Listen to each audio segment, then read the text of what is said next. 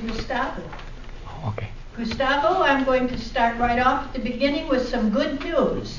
You too did not cross the imaginary line, which is there so that the speaker does not turn his back to any part of the audience. That's why we stay behind that imaginary line.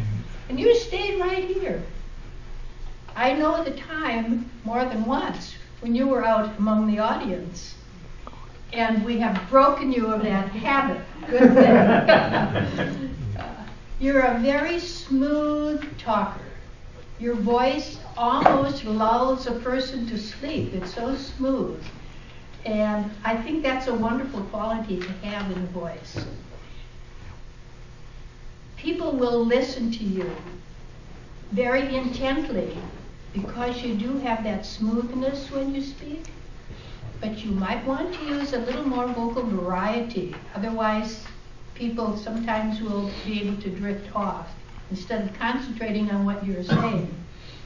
So instead of always being really smooth and nice, put a little punch in your speech every once in a while to wake us up. Good information. The content of your speech was very relevant to the Toastmaster environment.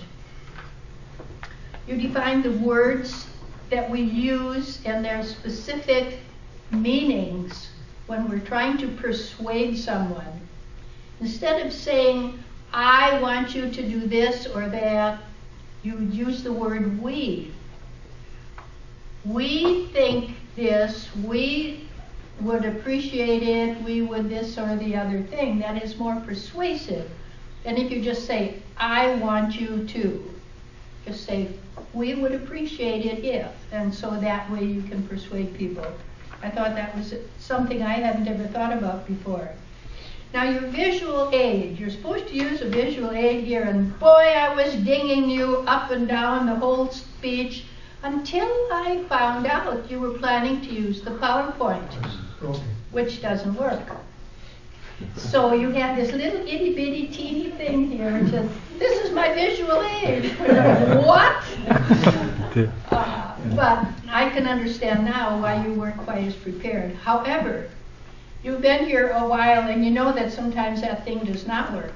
So next time you're counting on using the PowerPoint, this goes for everybody, come prepared in case it doesn't work. Because I think lately, more often it doesn't than it does work. I say congratulations to you, Gustavo, for doing one thing that should have been done a little earlier. You moved the table and the lectern back because the people who spoke before you have this way up here, and therefore their imaginary line was already almost behind them. So kudos to you for moving that table. That was good. And I suggest the next time that you speak and plan on using PowerPoint, bring at least some notes on a little card instead of with your paper. They will be less obtrusive.